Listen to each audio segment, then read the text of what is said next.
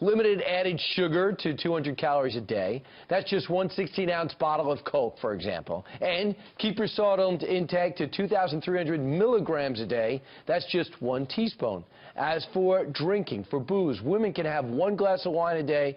Men can have two. So have your for your caffeine addicts out there, and there's a lot watching right now, and also on our couch, you can drink 3 to 5 cups of coffee a day. It's what you put in it, what could get you in trouble. So should you follow these guidelines? Joining us right now is a cardiologist with the Houston Rockets and the Chief Medical Officer for FruitStreet.com, Dr. Asif Ali. Dr. Ali, your reaction to these new rules? Yeah, so there's new guidelines that have come out specifically for dietary guidelines. They come out about every 5 years.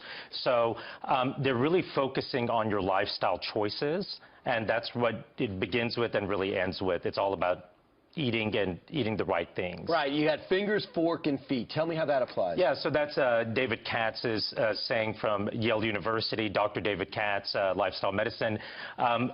Fingers, you know, decreasing and making sure that you're not smoking. I mean, that's a big no-no.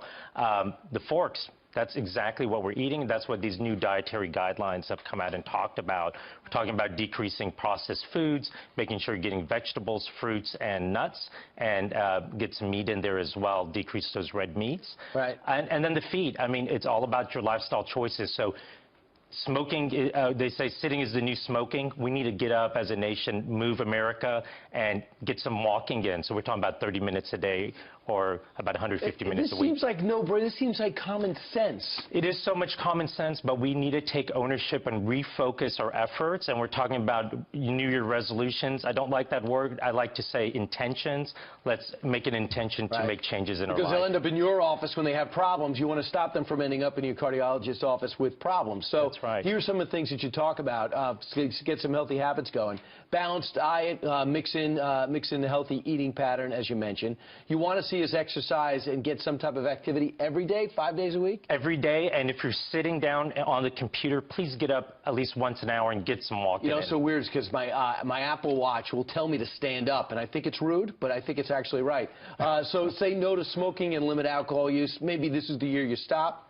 I mean, at least start decreasing it. Let's make small changes towards a healthier lifestyle. Yeah, find out your ideal body weight, do it. And you still say the glasses of water, 5 to 6 a day. Yeah, I mean, water has 0 calories, right? 0 fat, and it's great for us. Hydration is very important for our circulation and for our well-being. And get 7 hours of sleep. That's hard to do. We're all stressed, right? But focus on sleep, focus on decreasing stress. All right, yeah. The best you can, but stress is the outside forces. However, how you process stress is your decision. How you process stress is your decision, and guess what? If we can modify this list and do the things that we just talked about, we can drive down healthcare costs. Dr. Ali, do you subscribe to all this stuff? I do it as best as I can, except for the sleep. Sometimes cardiologists get calls in the middle of the night. Right, and so do some morning shows hosts, so we understand it. Dr. Ali, thanks so much for joining us. And look at this, he even brought a folder. How many guests can say they have an outline for the segment? Good job. I appreciate it.